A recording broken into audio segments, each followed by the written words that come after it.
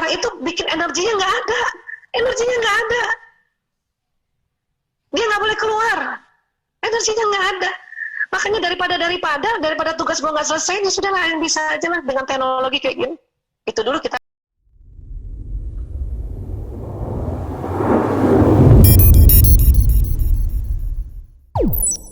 Nah, anak-anak bosan, dan kadang-kadang bosan itu mereka mencari cara yang, ya udah deh, pokoknya aku jawab aja dah.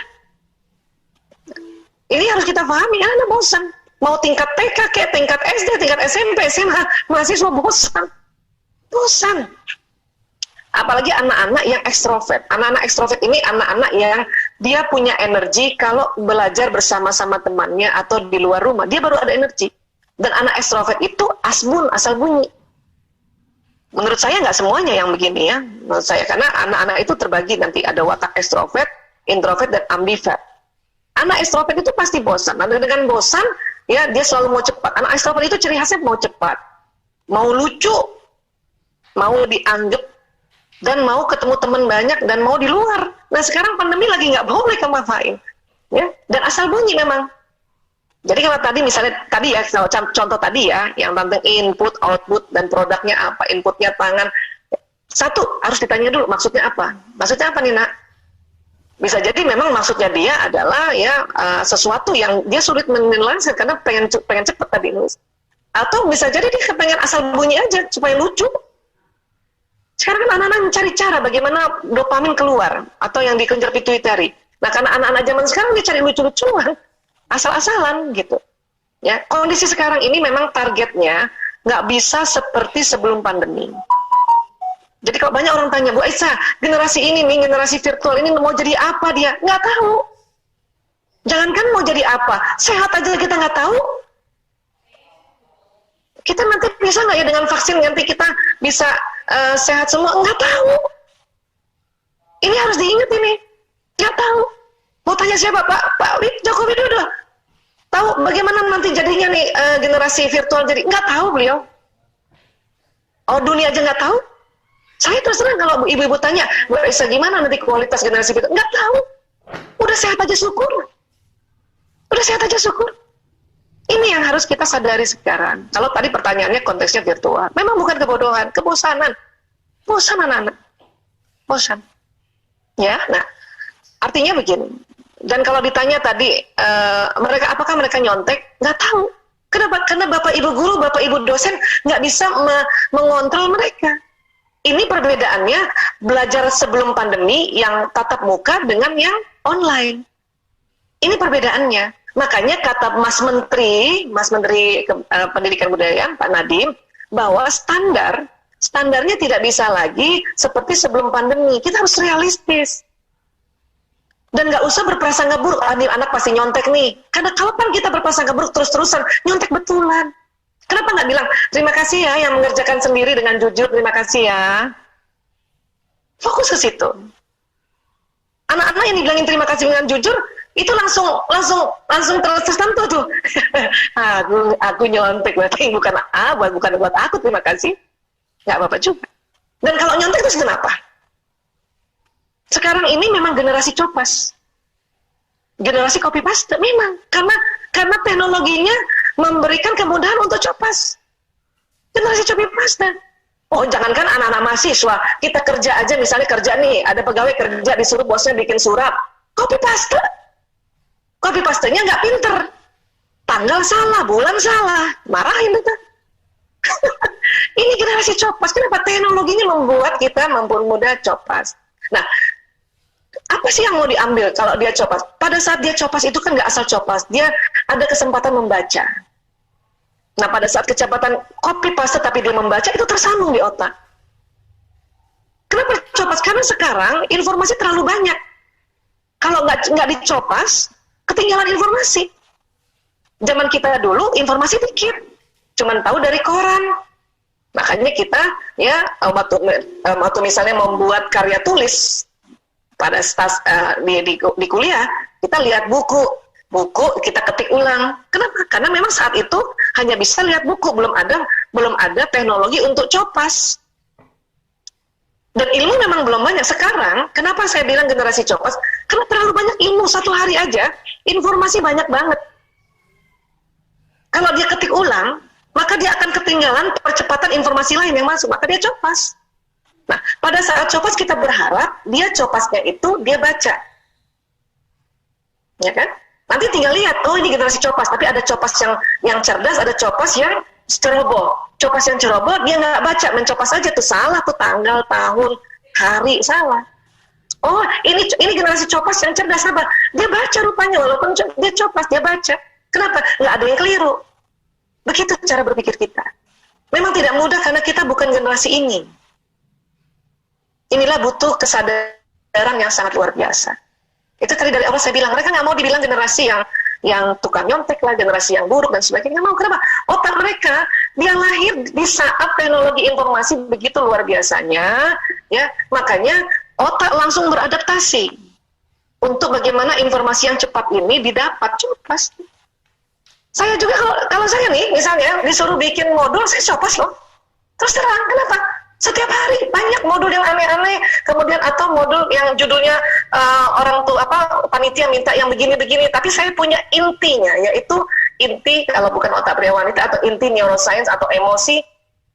Tapi bahwa kadang-kadang panitia memberikan judul yang unik-unik, yang kadang-kadang unik-unik, misalnya contoh ya dikasih judul misalnya It's Okay Not to Be Okay. Saya taunya itu judul drama Korea. Iya nggak Mas Suci? Itu ada sahabat saya dia drama Korea, makanya kenapa judulnya drama Korea? Bisa secara searching lah itu. Oh filmnya gini, terpaksa nonton film dengan cepat. Dan dengan cepat saya mencopas itu. Oh It's Okay Not to Be Okay. Ya itu sebuah drama Korea. Ya cuman saya lupa nama yang lain itu nama-nama Korea soalnya. Tapi saya hubungkan dengan inti dari modul saya yaitu emosi. Bahwa emosi kadang kalau kita sedih boleh kok satu saat kita sedih. Boleh kan satu saat kita kesal? Boleh kan satu saat kita, itu namanya menghargai emosi. Nah itu kreativitas mencopas dengan kreativitas menyambungkan dengan ilmu dasarnya mereka, itulah yang terjadi pada otak-otak generasi sekarang atau zaman sekarang. Gitu. Saya saja bukan generasi sekarang, tapi hidupnya di generasi sekarang. Mau nggak mau copas juga diikutin. Kalau nggak lama ngetik. Sehari 3 kali seminar saya, judulnya beda-beda. Kalau bikin baru lama ngetik copas saja, memang boleh copas kok. Nah, seperti itu maksud saya, ya. Bisa jadi, ya, kita ini harus open mind dulu, supaya kita tidak terlalu berat gara-gara kita, anak-anak sekarang kok gitu ya, enggak, kalau kayak gitu nanti kita berat, ya. Memang ada anak-anak kayak gitu karena ada watak-watak, ya. Ada introvert, ambivert, dan extrovert. Extrovert itu kurang lebih 30%. Ya. Ambivert juga sekitar 25%. Introvert 40%, 45%. Yang suka gitu tuh yang anak-anak ekstrovert dan anak-anak ambivert. Katakan dia 50%. 50% masih juga karena introvert, anak introvert itu yang semua sempurna. Maka dia kalaupun dia lihat juga copas, sekali copas sekali dia ketik sendiri. Karena introvert, karena dia sempurna. Dia nggak mau asal. Itu ada 40%, 45% di populasi. Ya, dimanapun seluruh dunia. Nah, buat anak ekstrovert dan ambivert itu separuh ekstrovert, separuh introvert, itu kondisi sekarang itu bikin energinya nggak ada. Energinya nggak ada. Dia nggak boleh keluar. Energinya nggak ada. Makanya daripada tugas gue nggak selesai, ya sudah lah yang bisa aja lah dengan teknologi kayak gini. Itu dulu kita harus pahami juga. Ya, supaya apa? Supaya kita nih seorang guru, ya, seorang guru ini, ya, mau apa istilahnya ya, dengan berbaik sangka begitu, itu diterima oleh sinyal anak-anak. Ya. Nah itu ada Pak Raihan tuh tulis di situ mindset anak-anak, how to get it, bukan how to do it. Karena kondisinya memang begitu. Kondisi sekarang, ya, bagaimana ngambil ini? Karena informasi udah bertebaran. Informasi udah bertebaran. Saya ini setiap melihat modul, saya lihat searching dulu Google. Kadang-kadang misalnya saya mau bikin modul seni menegur anak, saya pengen tahu juga si pedagog ini mau ngomongnya apa pendapatnya. Psikolog ini kita buka kan, pas buka lu kok sama saya semua nih. Kadang-kadang saya kaget loh, kok saya juga nih, gitu. Nyari siapa narasumbernya seni menegur, loh, kok saya kadang-kadang kayak gitu. Berarti padahal saya nggak pernah masukin di Google. Orang-orang ini masukkan ke Google. Gitu. Informasi terlalu banyak sehingga tinggal diambil. Sekali lagi, hargai dia punya generasi. Kalau kita banding-bandingin dengan kita, maka sinyal yang keluar dari kita itu, sinyal ketidaknyamanan. Makanya anak-anak bilang, itu vibrasinya guru ini nggak enak, vibrasi nyokap gue nggak enak, vibrasinya dosen ini nggak enak. Ini yang maksud saya, kenapa? Dan itu nggak mudah loh, saya sendiri nggak mudah. Perlu perenungan, mohon sama Allah, ya Allah. Mohon petunjukmu ya Allah. Bagaimana saya bersikap dengan anak-anak zaman sekarang. Itu Allah kasih bukakan itu. Memang begitu Aisyah. Rasanya gitu. Seperti ada yang nuntun. Ya, teknologi ini banyak. Karena informasinya harus banyak. Satu hari ini, kalau zaman dulu kita satu hari dapat informasi dari TVRI. Dunia dalam berita cuma dari situ doang. Korannya Poskota, Kompas sama Sinar Harapan, cuman gitu doang. Majalahnya Kartini sama Femina, cuman dari situ. Sekarang TV online-nya banyak, surat kabar online-nya banyak, ya majalah online-nya banyak. Belum lagi itu udah bingung, makanya mau baca yang mana. Makanya itulah muncul generasi yang to get it, yang tadi kata Pak Rehan itu. Nah, kita mencoba memaklumi. Karena nggak ada yang tahu nanti generasi ini jadi apa, nggak ada yang tahu. Pokoknya berbaik sangka aja lah. Ya, kenapa? Karena nanti pas dia pada besar nih, ya teknologi komunikasinya lebih canggih lagi. Mungkin nggak lewat TV sama TV, udah ditembok dengan tembok kali.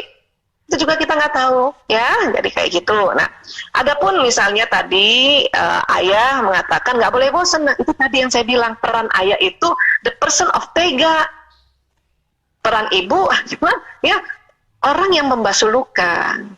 Ya udah nggak apa-apa, misalnya anak bilang, Bunda aku bosan. Bunda udah benar tadi, Bu Galuh udah benar menamakan emosinya. Oh bosan ya, kasihannya kamu bosan, Bunda juga bosan kalau jadi kamu. Itu benar sebagai ibu. Dia juga harus dapat input yang sebagai ayah. Gini caranya supaya nggak bosan, nggak boleh bosan. Kan the person of tega tadi dari awal sudah bilang. Supaya apa? Supaya anak-anak di otaknya tuh dapat dua jenis pendampingan parenting, sehingga anak-anak tuh sempurna. Karena kita mau jadi dia cerdas, sempurna. Hanya memang nggak mungkin masih TK dia langsung sempurna, masih SD langsung sempurna, SMP. Kapan dia sempurna? Nanti pas mati, pas meninggal. Kita tuh baru dinyatakan selesai itu cara berpikir dan berperasaannya pas meninggal. Supaya orang yang datang pas kita meninggal, oh ya ibu ini nih luar biasa, dia lembut tapi tegas. Oh bapak ini luar biasa, ya dia tegas tapi lembut, gitu. Ya, jadi sekali lagi Bapak Ibu sahabat-sahabat, terima kasih Bu Galuh tadi memberikan pemahaman seperti ini supaya saya bisa menceritakan juga apa yang saya pikirkan, apa yang saya punya prinsip-prinsip atau sikap, ya. Adapun Bapak Ibu mempunyai sikap prinsip yang lain itu boleh. Tapi kalau karena yang ditanya saya harus begitu. Supaya apa? Supaya di dalam rumah ya bahagia saya itu lebih banyak dalam 24 jam, kalau perlu 22 jam saya bahagia. 2 jamnya aja yang sedih, kesel gitu. Ya, kenapa anak-anak juga bingung mau diapain, Bu? Bingung dia juga dia. Ya. Kalaupun misalnya kita kan kalau ini aja sepakat aja orang tua, yuk kita masukin aja anak-anak. Ntar dulu virus corona tuh ada loh. Saya aja, tim saya ini kena semua. Makanya dari kemarin saya juga selalu hati-hati, swab berapa kali, ya, dan jaga kesehatan. Yang biasanya saya bikin modul sampai tengah malam, saya langsung cepat tidur. Pokoknya habis sholat isya langsung tidur. Ya itu saat ini begitu ya. Jadi sekali lagi sahabat-sahabat Bapak Ibu semuanya, ya saat ini memang adalah masa-masa luar biasa, masa-masa unik. Makanya ada istilahnya new normal. Mari kita tingkatkan permakluman kita, pemahaman kita. Ya kalau kesel pun berbaik sangka, ya tarik nafas, istighfar perbanyak, ya. Karena apa yang kita sangka kan nanti terjadi. Ya mudah-mudahan ini bisa sedikit, ya walaupun nggak bisa banyak menjawab ya karena pertanyaannya juga banyak dan waktu nggak banyak.